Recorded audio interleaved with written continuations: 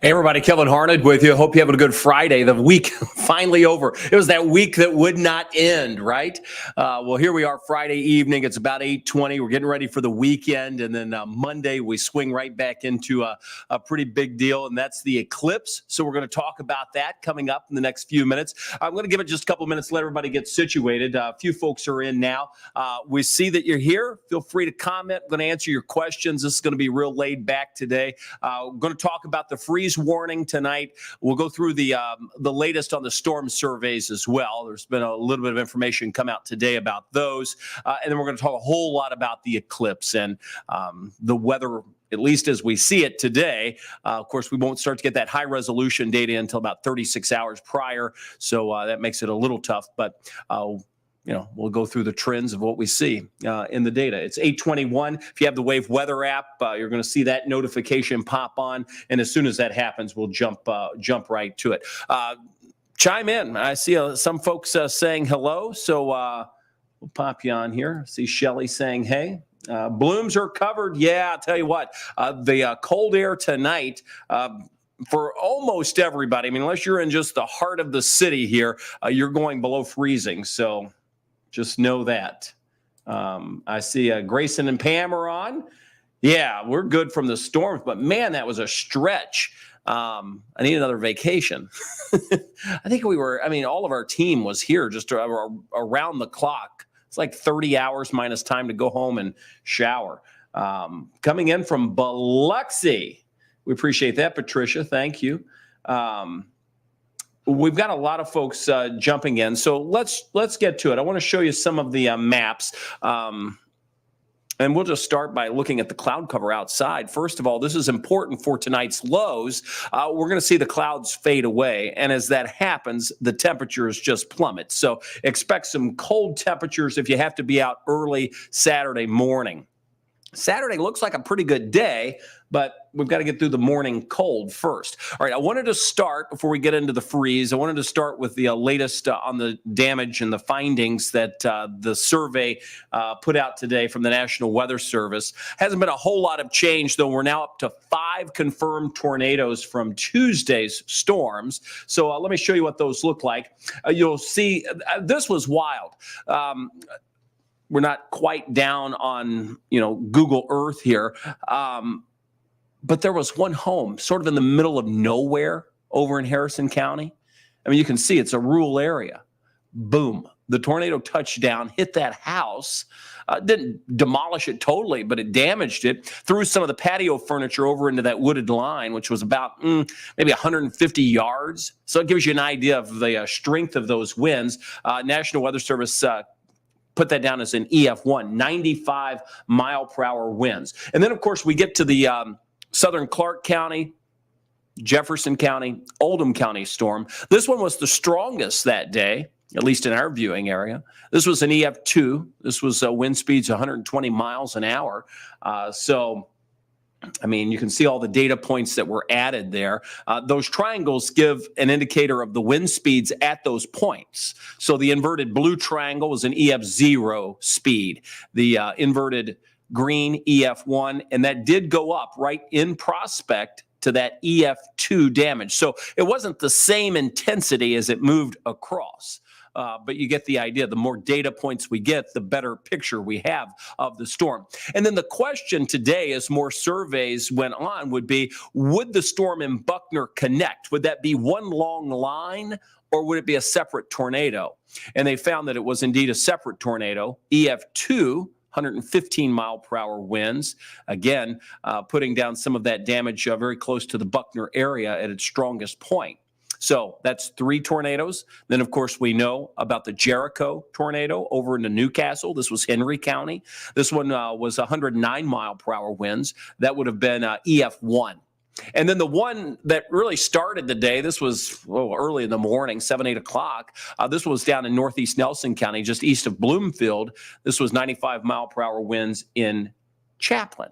So that's the storm survey where it stands now. Weather Service hasn't completed them all. We're still waiting on the links of the tracks. Still, they're still responding to people that have damage. And I tell you, the one storm that we did not see, if you remember watching on Tuesday, Earlier in the afternoon, we were tracking that couplet across parts of Jackson County, Indiana, near Crothersville. I mean, it was tight. Even the emergency management was like, oh, there's a tornado. Well, there wasn't at least one confirmed. There's been no damage reported out of that. So we haven't seen any reports of tornadoes outside of the ones that we currently have. The count is at 5. All right. The radar tonight is all quiet. With the exception of a few clouds from the satellite view. The few sprinkles we've had are coming to an end. But boy, we're already starting to see those temperatures cool down. North Vernon, LaGrange, 41. And that's with cloud cover. Now, I'll zoom this out, and you'll notice the cloud cover will depart slowly. We have the back edge of those clouds back out across parts of Illinois, West Kentucky. As that clearing line makes its way a little closer to us, we're going to notice that the skies, as they clear, temperatures will fall. And that's the reason we already have in place the freeze warning across all 33 counties that we have. So, yes, it's going to be cold. How cold? Some of you in the mid-20s. Look at Paoli, 26. Obviously, we're going to be colder to the west because you're going to clear out first. You'll have the greater opportunity to cool down a little more. 33 in Louisville is the only temperature we have above freezing, and that's pretty much at the airport. So if you're not at the airport, you're going to be at or below freezing. So keep that in mind. It'll be the coldest we've been in a little while. All in all, the weekend's not bad. We go 60 Saturday, 68 on Sunday. Sunday's rain chances late. I mean, we're talking mid to late evening. So don't cancel Sunday plans. Sunday looks pretty good. It's not as cold, 38 in the morning, 68 in the afternoon.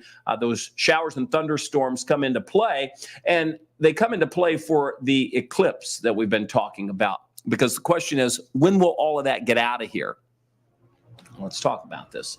So we've got the Great American Eclipse. We're excited about it. We planned for the one in 2017 for about 5 years. I know that seems crazy, but it was true. And this one we've been planning for since then. But since we've covered that one not all that long ago, we've sort of got one under our belt here. And to be able to even see 2 eclipses, total eclipses, is pretty spectacular right here nearby. This one's in our viewing area, actually. So we're just 2 days away. The countdown is on. Now the weather just has to cooperate. But will it?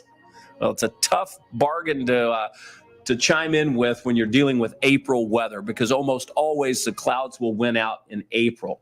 Let's talk about the eclipse. Obviously, the Earth and the moon, we sort of rotate and revolve around the sun. And as this unfolds we have eclipses fairly frequently. We just happen over water most of the time.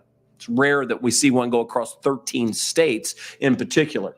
But it's where the moon blocks in total the sunlight from the sun and casts a shadow down onto the Earth. Now, where that shadow is 100% or the darkest, what blocks the entire sphere of the sun out, we call that the umbra. And you'll notice the partial eclipse just outside of the darkest point, that's the penumbra. All right, so those are the scientific terms on this.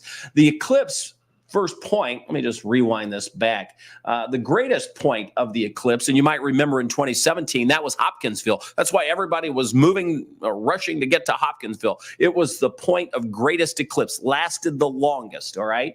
Well, that's down in Mexico this year, so not across the U.S., but hey, we've got a longer eclipse in 2024 than we had in 2017. This is going to be over 3 minutes long, and in some cases over 4 minutes long. So let me show you the path of this. It comes up from Texas, Arkansas, southern parts of Illinois, right into Indiana, and that's where we find totality. The longest duration is closer to that center line, the red line. So if you're looking for the length of time you're going to spend in the eclipse, that's where you want to be. Now, across the bulk of our viewing area, and especially in Kentucky, you're not in totality. And there's a big difference between being 90-some% eclipsed and being 100% eclipsed. So let's take a look at some of the stats. You're going to see that the totality of duration, or the duration of totality, I should say, in Seymour is just over 3 minutes. In Scottsburg, under 1 minute. French Lick, same as Seymour, but you get toward Vincennes, Crane, Bloomington, you're over 4 minutes, and that's right along that red line. So that's the center of the path of totality. When we look at when this begins and ends, it's all just after 3 p.m. on Monday. All right. So no matter where you are, it may differ by a minute or two. And of course, the spacing of when it begins and ends is different based on the duration that we just showed. But you can see for Seymour, we'll go into totality at 3:06, pop out of it at 3:09. And totality is important because that's where you really get to see the cool features of what happens in an eclipse. That's where you see the Bailey's beads develop around the edge of the sun. So you'll be able to see the corona, the sun's atmosphere. You'll be able to see the diamond ring effect. All of this banking on that we have decent skies to view it, meaning a lack of clouds. Haven't gotten to the forecast yet. So we're looking at the start and end times of totality. Of course, we'll enter the partial eclipse because it takes a while for us to make our way to totality. We enter the partial eclipse just after around 1:40. I'll show you that in a second too. Again, maximum eclipse, the appearance, that's what it's going to look like in those locations. You move your way closer to Louisville. We're going to have a thin sliver. Again, very different. You don't get to see those few cool features that I mentioned. It's still cool to see, of course, with the proper eyewear, but it's not the same as being in totality. Now, when we talk about the numbers here in Louisville, we're 99.2% eclipse. You're like, well, man, that's close enough, right? No, very different. I mean, if you can make your way even to Scottsburg, even though it's less than a minute to experience it, if the weather's nice, I'd make the drive. I have a feeling a lot of people will if the weather is nice. The weather plays such a key role in this. Now, notice the future cast. By 2 o'clock, you're like, well, what's wrong? It doesn't show any clouds. There are a few clouds in there, especially along the path of totality. Remember I said Sunday we were going to have those showers and thunderstorms move in here? Well, obviously that comes with cloud cover that's going to linger into early Monday. Now, the question is, how fast do those clouds get out of here? The important part is we don't want them to get out of here too fast, because if they depart really early in the morning and we have a morning of full sun, we're heating the ground. That air, because warm air rises, condenses. And if we have any moisture in the atmosphere, which I think we're still going to have some based on all of the data, we'd wind up developing clouds. So the timing is important of when those clouds from Sunday's system get out of here. All right, so this shows that we have at least the opportunity to have some clearing, but you're going to notice quite a few clouds all along that path, all the way from Dallas, Texas, streaming up through Arkansas and even into central Indiana. So hit and miss, but at least there is hope. It's not like we're socked in and there is no hope. We'll certainly, as we get better data in the weekend, be able to pinpoint a little more clearly if we see some of the clearing and when that will happen. But right now, there's still hope on this. So when we look at the totality time, again, when we go into totality, Jasper 3:03, French Lick 3:04, Salem 3:06, Seymour 3:06, and Scottsburg 3:07. The length of totality are listed now. You can see the shortest in that list is Scottsburg, followed by Salem, followed by Seymour and French Lick, followed by Jasper. All right, so the longest on our list is Jasper at 3 minutes and 11 seconds. That's the duration of totality. We're going to be set up in Seymour. So we're going to be up at Seymour where the big, they got food truck stage set up. It's going to be a big deal at the airport. So a lot of folks will be gathered there. We got a lot of good entertainment. So we'll be basing our broadcasts there. The good news is we've got 113 other TV stations we can tap into because we're a pretty large company. And we're going to be using all of those signals to be able to show you what that eclipse is like from Texas to Arkansas to Illinois, West Kentucky, pushing into Southwest Indiana, moving through Indiana, and then further to the north and east across parts of Ohio and up into Maine. So we'll be able to track that with all of those live feeds that we have coming in from our sister stations, all right? When we look at the eclipse forecast, again, we've based this essentially for Louisville, but it'd be the same for Seymour, which is where we're going. That small rain chance lingers into the morning hours. We still feel it's going to be cloudy through that 8 a.m. time frame. And then we're going to start to break the clouds up a bit after that. So we go from cloudy to mostly cloudy to then partly cloudy. And our hope is that we can break the clouds up around that 11 a.m. time frame, and that would give us enough of a window not to cloud back up until, say, 5 or 6 p.m., as opposed to that 4 p.m. time frame. That would be bad. We wouldn't want that. Again, max eclipse coming in right there at 3:07. So what will it look like? As we begin the partial eclipse at 1:49 in Seymour, again, starts to look like Pac-Man in some ways. That eclipse takes over at its 100% maximum eclipse from 3:06 to 3:09. And then we back out of the eclipse. So we get the chance to see the Bailey's beads, the diamond ring effect, all of that when we enter totality and when we exit totality. So you get to see those twice. Also get to see, because we have a pretty active sun. Now in 2017, the sun was not active, meaning we didn't have a lot of solar flares going on. This year, the sun's at a maximum. So we'd be able to hopefully see the corona, and you'd be able to see some of the gases, and maybe, who knows, maybe we'll even get an ejection from the sun that we'd be able to see. It's going to be possible. We end the eclipse as we back out of the partial eclipse at 4:23 in the afternoon. Now, Louisville, you're not in totality, so you enter the partial eclipse at 1:49. You're going to stay there, reaching the maximum at 3:07, and then backing out of it at 4:22. So that's what it looks like for Louisville. All right.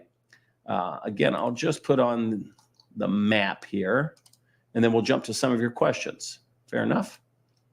And here comes the map right in the bigger part of the screen. All right. So let's jump to some of your questions. I see some of you jumping in saying where you're from. So hello from Campbellsville, Kentucky. Tom, appreciate you jumping in from down in Campbellsville. Beautiful Taylor County. Spent a lot of time down at Rough River. Spent a lot of time at Rough River, but Green River too. All the rivers. We used to go camping as kids, and we'd bounce around to the different lakes. And here's Bruce from Clarksville, Indiana. Appreciate you jumping on, Bruce. Hopefully all is well over your way after a crazy week. I don't have all of the towns, Sam, so I don't know exactly about Plano. I'd have to Google that. But again, anywhere in totality experiences as close to total darkness as you can get during the daytime. So Google that and see if Plano is in that path. Again, down toward anywhere south of Louisville, that totality number is non-existent. So you have to go north. You have to be in that path that's darkened there to see the total eclipse. Here's Amanda from Bardstown, right back at you. And we've got folks watching from Sonora. All right, let's jump into any of the questions that you may have. It could be regarding the freeze, the storm surveys, the eclipse, your call on it. We're just kind of spending a little time on a Friday evening answering some of those questions. Some folks saying they've covered up their blooms. Probably wise with the freeze. Sometimes we can cover them. That at least holds in what ground warmth we have, and that can help them from freezing. So that's the best way to go about that. Just try to cover them up and protect them best you can. All right, we've talked a lot about safety. Is it safe to look at the ground and trees without glasses? Yeah, you just don't want to look at the sun. So without the proper eyewear, and easy to tell, ISO, it's the International Standards set of rules, and they have that. It's I can't remember the exact number, 12312-2, something like that. But that's for solar eyewear, and that's made for eclipses. So you can look at the ground, you can look at people, but you never want to look at the sun without that proper eyewear. So appreciate you saying that. And I'll tell you, I want to show you a story. This is something that Alina did as we prepare for this eclipse. So just watch this, and then on the backside, we'll answer a few more questions. If you have questions, now's a good time to pop them in. That shadow is traveling traveling about 2,000 miles an hour. A trip across North America that will take about 4 hours to complete. But in each place along its path, April 8th's total solar eclipse will be there and gone in an instant. Wherever you are, that's going to be the fastest 4 minutes of your life, okay? That's why amateur astronomer Mark Stephen Williams, owner of Louisville-based Stargazer Astronomy, is making sure those in its direct path are ready to take in all it has to offer the right way. Wear these, never, ever, ever look directly at the sun, even for a millisecond, because you put your eyes out. While wearing Eclipse glasses is the most crucial step in viewing the eclipse safely, Williams says it's a moment in time that can be witnessed throughout all of nature. It's the natural wonder of all of it. A lot of the people are going to go out and do this. This will be the first one, maybe the only one they're going to see in their lifetime. Southern Indiana will be in the eclipse's center line, meaning there really isn't a better place to be in the U.S. on April 8th. Millions are expected to travel for the experience, including 200 to 400,000 expected to arrive in Indiana. All of our hotels are already full. The campgrounds are packed. So, at this point, if you don't have reservations, good luck finding a place to come. Sergeant Stephen Wheelis with Indiana State Police says April 8th will be an all-hands-on-deck effort for troopers. Their attention will be focused on the state's major roadways. People will take their time coming to the state to get into that path where they will have the longest totality. The thing we're kind of worried about is once that ends, now it's going to be a mad rush home. Travel times will dramatically increase statewide, so spectators should be prepared and patient to make sure everyone can safely enjoy the show.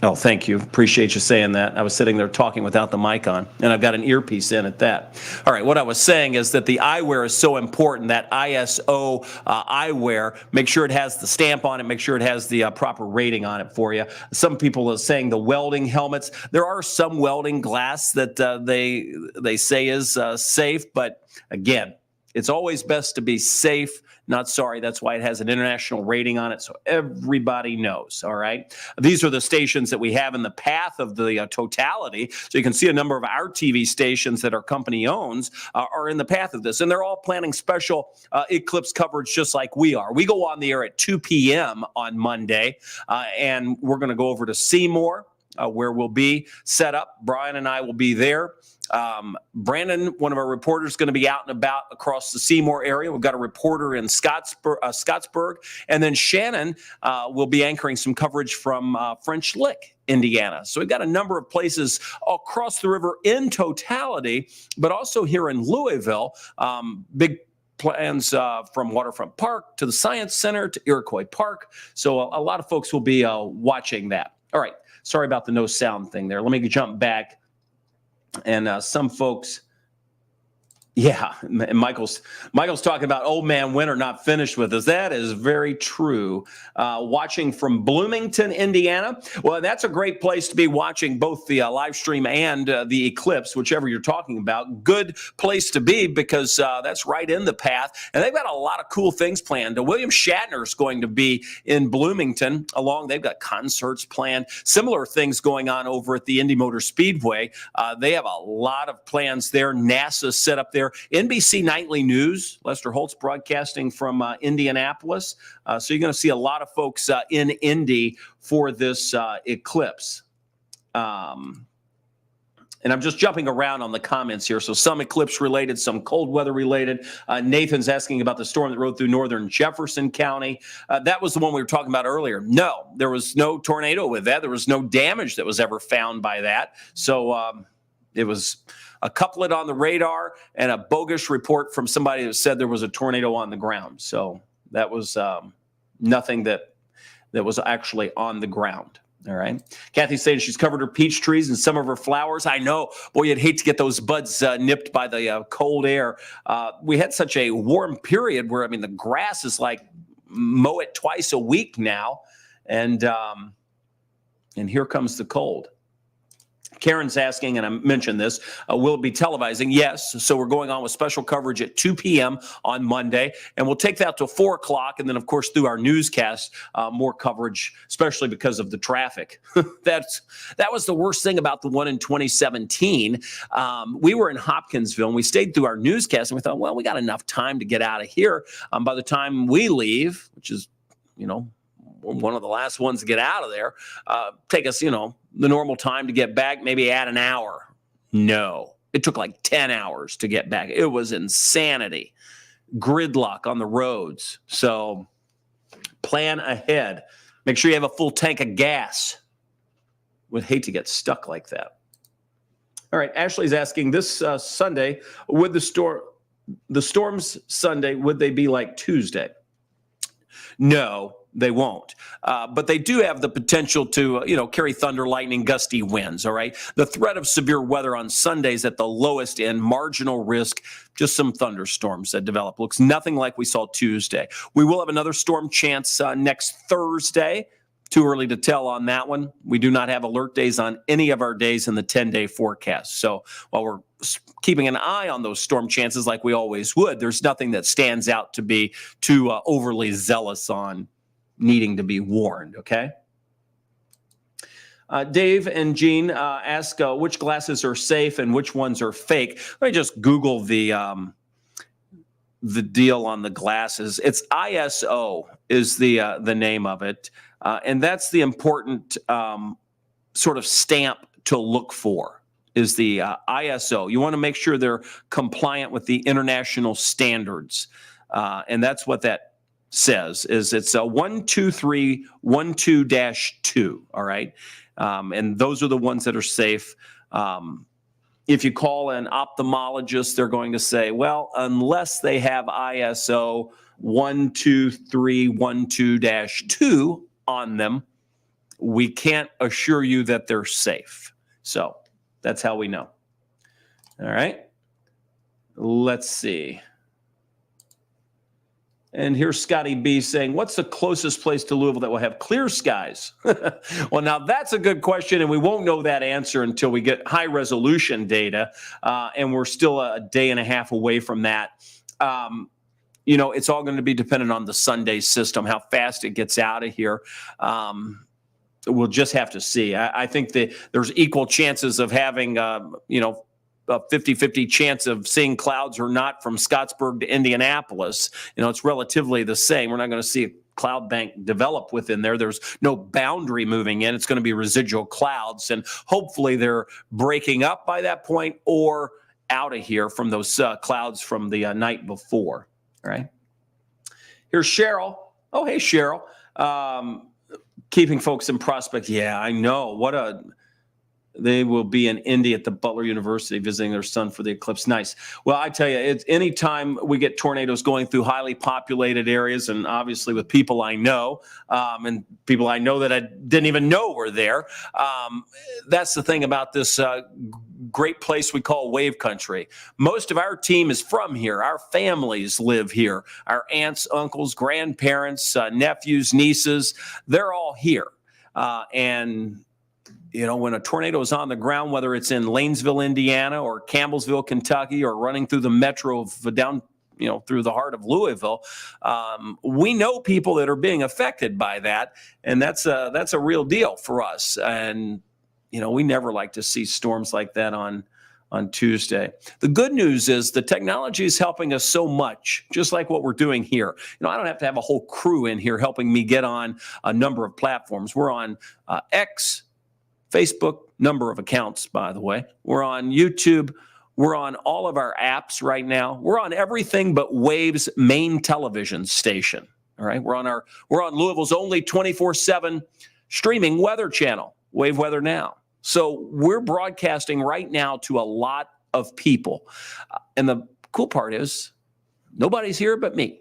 And we can just do it from the fingertips. And this is one of those helpful things that getting the word out is so important. It's why we have alert days. They're not meant to hype up the weather. They're meant in a noisy world that we live in to say, hey, they're paying attention to that day. Maybe I should too. If it catches your eye, we know the world's busy. And if you're not familiar with that the world's busy, then I'd like to live in your house because it would probably be a little more less hectic than what we have to deal with in reality. But the fact is, everybody's busy these days. So alert days are important. Being able to get on here and give this information is important. That's how it works. So I think it worked well. We didn't have really any injuries, any serious injuries, and no fatalities. And that tornado went through a very populated area, especially the one that went across Clark County in Indiana, Northeast Jefferson, and Oldham counties. So that was wild. All right, here's Rob. Should I cover my Japanese maple tonight? Yeah, I'm going to. I have one as well. I'm going to just hope to hold in some of that ground warmth. And I'll just do it with a sheet. You don't want to do it with plastic because once the sun comes up tomorrow, it just sizzles those. So be sure you use like a tobacco cloth is good. A sheet is good. But the plastic is tough. So a lot of people throw out those tarps. Not the best thing to use. Here we go. Is it worth watching the eclipse? Is it dangerous to watch? We're absolutely worth watching safely. And again, that just comes with the proper eyewear that we've been talking about. So good luck, Mary. Good luck. We always get this, especially after a round of severe weather. The next storm chance, is this going to be severe? It doesn't look to be all that potent on Sunday. There could be a couple of strong storms, but nothing like what we saw on Tuesday. But there could be a couple of strong storms. That's how we'll word it for now. All right. So thank you for that, Kelly. And some folks just saying thanks. And boy, we appreciate that. We sit on here days ahead of that and try to give the word out of what's going on. And some people just jump on and like, oh, you're just trying to hype it up. You're obnoxious. Why don't you cry wolf some more? They're not on here today. So, Tammy, thank you for saying thank you. We appreciate that.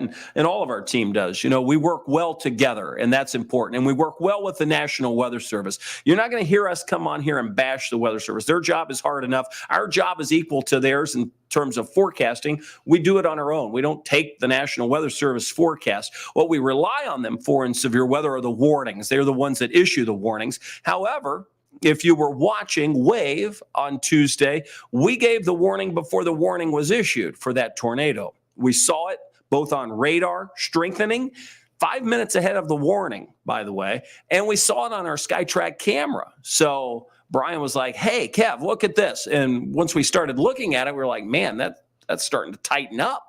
And that was what led to the warning. So we tracked that right across southern Indiana, right across Northeast Jefferson County. That was impressive to see it with our own eyes, both on a visual of it, as well as being able to see it on the radar, the velocity. Let's see. Here we go. I'm just popping up comments. Sometimes that's dangerous. I should always read them first, right?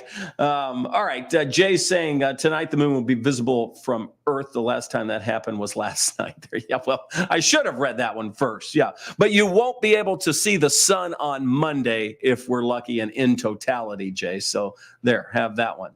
And then here's Morgan chiming in on the welding helmets, the shades that go into the glass that goes into the welding helmets must be a shade number 12 or higher. Old helmets won't work. And old Eclipse glasses, you want to make sure they're not had mine. I didn't bring them in, but you want to make sure they're not scratched. Sometimes if they've been put up for a while in a drawer, something can scratch them.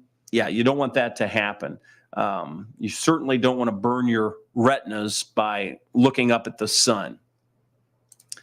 And then Betty saying thank you for what we do for Kentucky and Indiana. Well, you're welcome and thank you. And Tommy's saying the same thing. So we appreciate that. Thank you. Gail's in Springfield. Hello to you down in Washington County. You started that day out rough with those storms that moved through in the morning hours. So that was Tuesday. Whew. All right. Well, listen, we're coming up on 9 o'clock. I still have to grab dinner, so I'm going to do that. And then we're going to wind up putting new information in for the 11 o'clock show. We appreciate everybody jumping on here. Anytime you have questions, we're always here to answer those. We appreciate the fact that you trust us during severe weather, and we hope you'll tune in for the Eclipse. That's going to be a lot of fun, and we're going to have a lot of fun with it as we look to Monday. So that's something we're excited about, something we've been excited about for some time. So we look forward to bringing you the coverage of that from, even if it's cloudy here, we'll be able to see it from somewhere. We've got the feed from NASA. We're going to have feeds from Indianapolis and all along that path that we showed you. So we'll say thank you for now and good night. Hope you have a great weekend. And I'll see you back here on Wave News at 11 o'clock. And if I don't see you tonight, then tune in Monday, 2 p.m. is the time. You can watch, obviously, on our television station, Wave, or right here on our social platforms, and of course on Wave's only 24/7 streaming weather channel, Wave Weather Now. Have a good night, everybody. See you later.